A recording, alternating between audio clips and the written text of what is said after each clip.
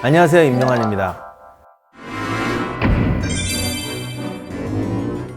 우리가 첫 시간에 조조하고 제갈량을 다뤘는데 조조의 장점을 얘기를 했더니 또 어떤 분들이 봤지, 유비는 찐따 아니냐 이러시는 분이 또 계신데, 그리고 또 어떤 분은 또 거기 분노를 해가지고 왜 유비를 빼놓고 당신은 조조를 치켜 세우느냐 그러는데, 팬심은 이해는 하는데 호날두하고 메시 팬들이 싸울 때 호날두나 메시나 다 불세출의 선수잖아요. 팬심으로 가다 보면 뭐 헤딩도 못하는 놈, 페널티킥도 못하는 놈, 남들이 들으면 무슨 불량 축구 선수인 줄 알아요. 제가 조조를 장점을 얘기했다고 해서 유비나 송건을 깎아내리는 게 아니에요. 각자의 장점과 특징이 있는데 그것을 하나씩 알아보자는 겁니다. 그래서 오늘은 지난번에 여러분이 많이 오해하셨던 촉한의 주인공 유비에 대해서 알아보겠습니다.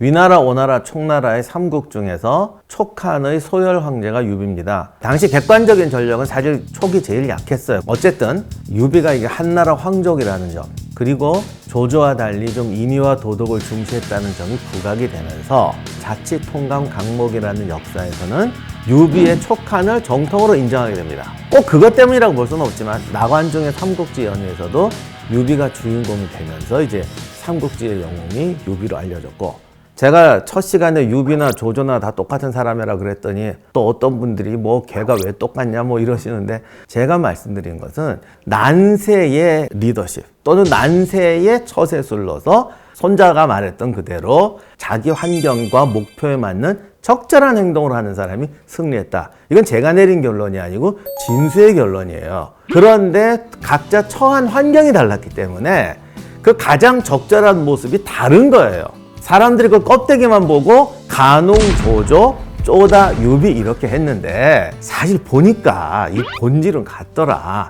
난세의 영웅이 되는 기본적인 능력과 방법은 같더라. 그러고 보니까 나중에 가면 쪼다 유비가 아니라 야근 유비네. 이렇게 되면서 오히려 유비를 존경하게 되는 사람도 있어요. 인의와 도덕이라는 요소로 어떻게 난세의 주인공이 될 수 있었냐? 이게 최고의 포인트인 것 같습니다.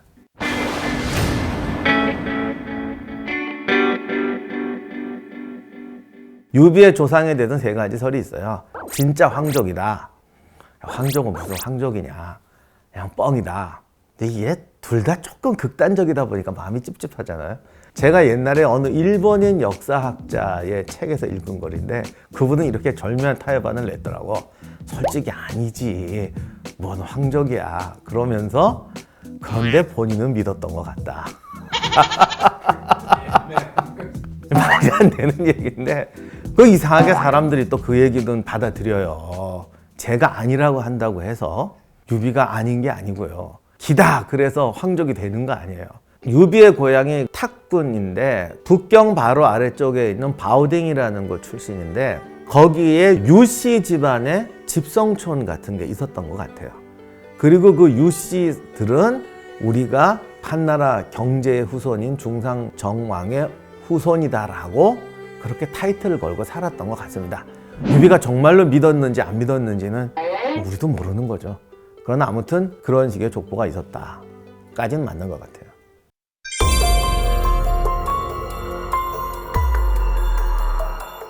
이제 이 얘기하면 이제부터 또 충격이 시작되는데, 유비네 집안이 진짜 빈민은 아니었어요. 집성촌에서 할아버지가 현령을 지냈습니다.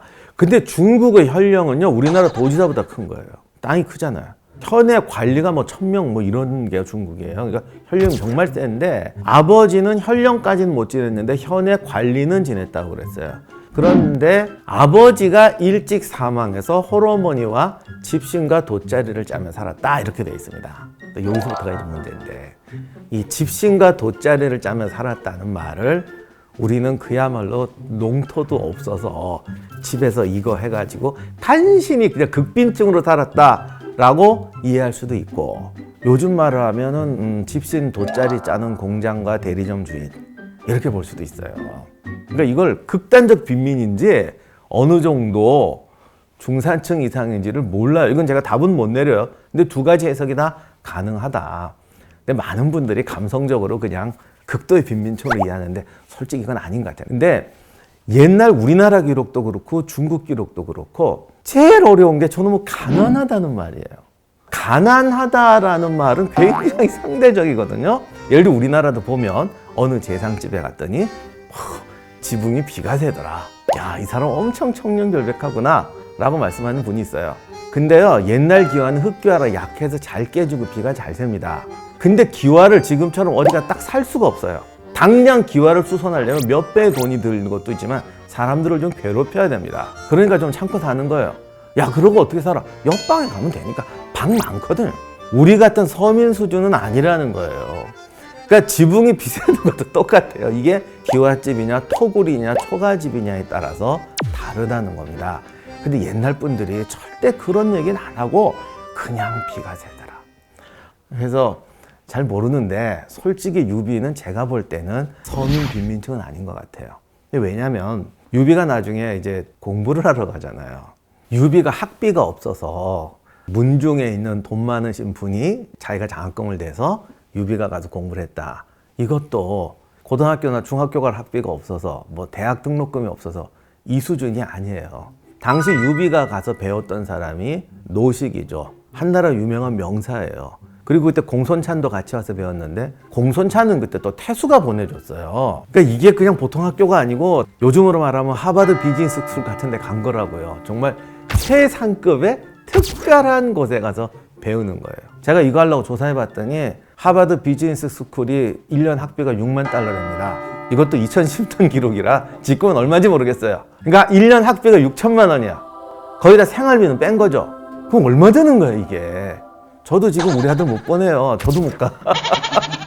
그러니까 유비가 최소한 하버드 비즈니스 스쿨 정도 갔다는 얘기인데 이거를 또 잘못 아셔가지고 아이고 고등학교 갈 돈도 없어가지고 저렇게 살았구나 이렇게 생각하는 분이 많은데 그 정도는 아닙니다. 그래서 하버드 비즈니스 스쿨에 유비를 보냈어요. 보냈더니 뭐라고 돼 있냐면 책 읽기는 그다지 좋아하지 않고 개와 말과 음악과 아름다운 옷을 좋아했다. 말, 옛날에 이 좋은 말자 들으면 요즘 말로 하면 진짜 고급 스포츠카예요. 그러니까 이거 쉽게 말하면 고급 스포츠카 타고 비싼 옷을 입고 무지하게 비싼 개를 거느리고 음악이 있는 곳으로 놀러 다니기 좋아했다 이건데 음악만 나왔겠냐고 탁 하면 떠오르는 데 있죠. 이러고 살았다는 얘기입니다. 찢어진 책가방 들고 집신 삼아가면서 야간 학교에서 눈물 흘리며 공부하지 않았습니다.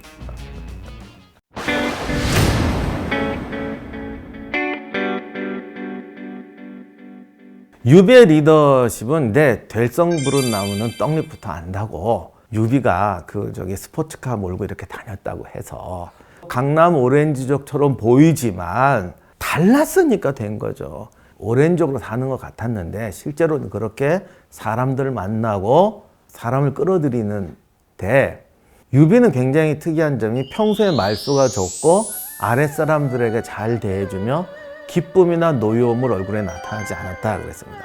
이런 걸 고등학생 때부터 했다고요. 그러니 이 인간이 무서운 인간이죠. 그리고 의로운 사람들과 사귀기를 좋아하므로 젊은이, 요즘은 젊은이가 아니라 중고생들이 다투어 형님하며 가까이 했다. 이걸 보고 집안의 어른들이 저놈 될 놈이야, 키워 이랬다는 거죠. 이 유비의 리더십은 조조의 리더십하고는 굉장히 판이하게 다르죠. 그런데 제일 유명한 게 적벽대전 때 강릉으로 이제 튈 때 조조가 막 쫓아요. 뭐 영화에도 나오고 수십 번 나왔잖아요. 백성들이 오는데 얘들 때문에 지금 속도가 느려지니까 백성을 버리고 튀어야겠습니다. 그때 유비가 뭐라고 말합니까? 무릇 큰 일을 이루는 데는 반드시 인심을 근본으로 해야 된다. 내가 어떻게 그리고 그들을 버리고 가겠어. 이 말 한마디 때문에 주자까지 감동을 시켜서 유비하면 인의의 정치 이렇게 됐어요. 근데 실제로 어떻게 됐냐? 이런 말 하면 또 혼날지 모르겠는데